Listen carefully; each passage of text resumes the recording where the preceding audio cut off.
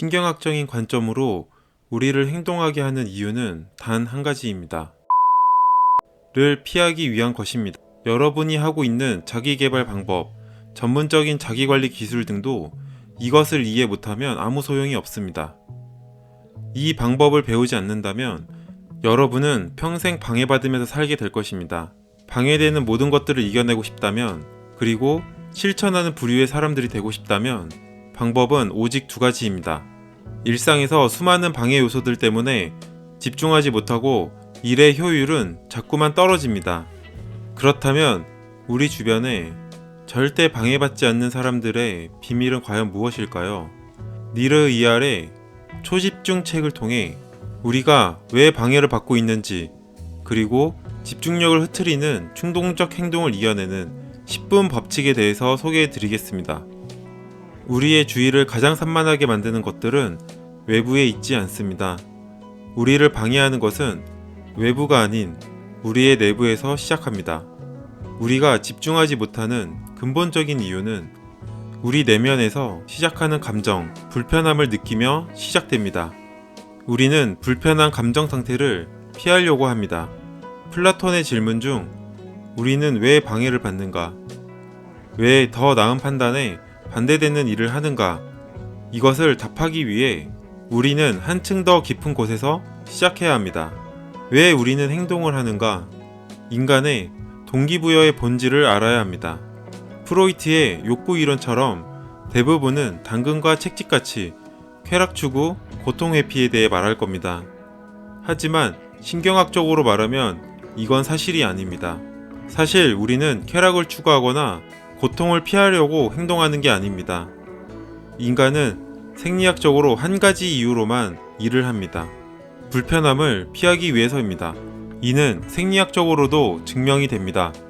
날씨가 추우면 불편함을 느껴 코트를 입고 다시 실내로 들어오면 더워서 불편함을 느끼고 코트를 벗을 겁니다.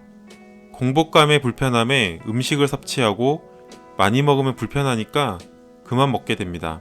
생리학적으로 우리는 항상 느끼는 겁니다. 이것을 항상성 반응이라고 합니다.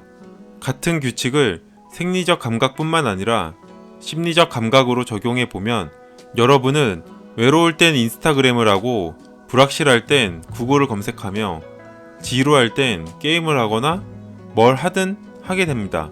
모든 행동은 불편함에서 시작되는 겁니다. 즉, 불편한 상황을 벗어나려는 행동이 바로 우리가 집중하지 못하는 이유입니다. 이것에 대처하는 방법을 모른다면 평생 산만해지고 방해받으면서 살게 될 것입니다. 한 연구에서 실험자를 실험실에 두고 아무것도 할 게 없게 만들었습니다.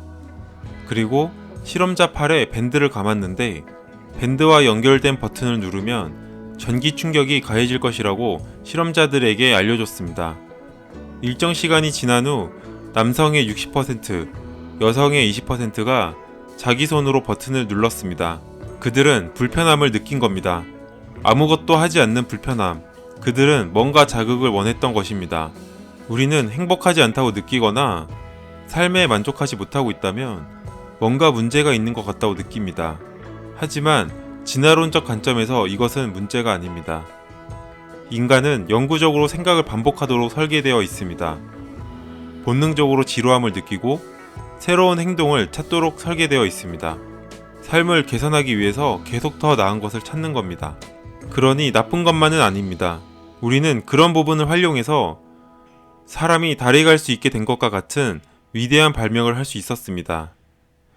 그래서 모든 문제에 대한 해답은 욕심을 줄이거나 열망하지 않는 것이 아닌 내면의 신호를 방해되는 쪽이 아닌 도움이 되는 쪽으로 올바르게 연결시키는 겁니다. 그리고 우리가 습관을 만드는 방법은 무엇이 안도감을 주는지 학습하는 것입니다. 우리의 뇌가 정말 잘하는 것 중에 하나는 패턴을 일치시키는 것입니다. 뇌가 불편함을 느낀다면 불편함을 달랠 수 있는 것을 찾게 되어 있는데 그 행동이 우리의 습관을 형성하는 것입니다. 그래서 실천하는 부류의 사람들이 되려면 우리에겐 두 가지 선택만 존재합니다. 첫째, 불편함을 주는 요소를 없애는 것. 둘째, 불편함을 대처할 전술을 만드는 것. 우리가 할 수 있는 일은 감정에 반응하는 방식을 바꾸는 겁니다. 사람들이 잘못 알고 있는 것은 엄격한 자제입니다. 예를 들어 이런 식으로 행동합니다. 난 이제부터 절대 담배 안 필 거야. 이번엔 진짜 꼭 끊을 거야.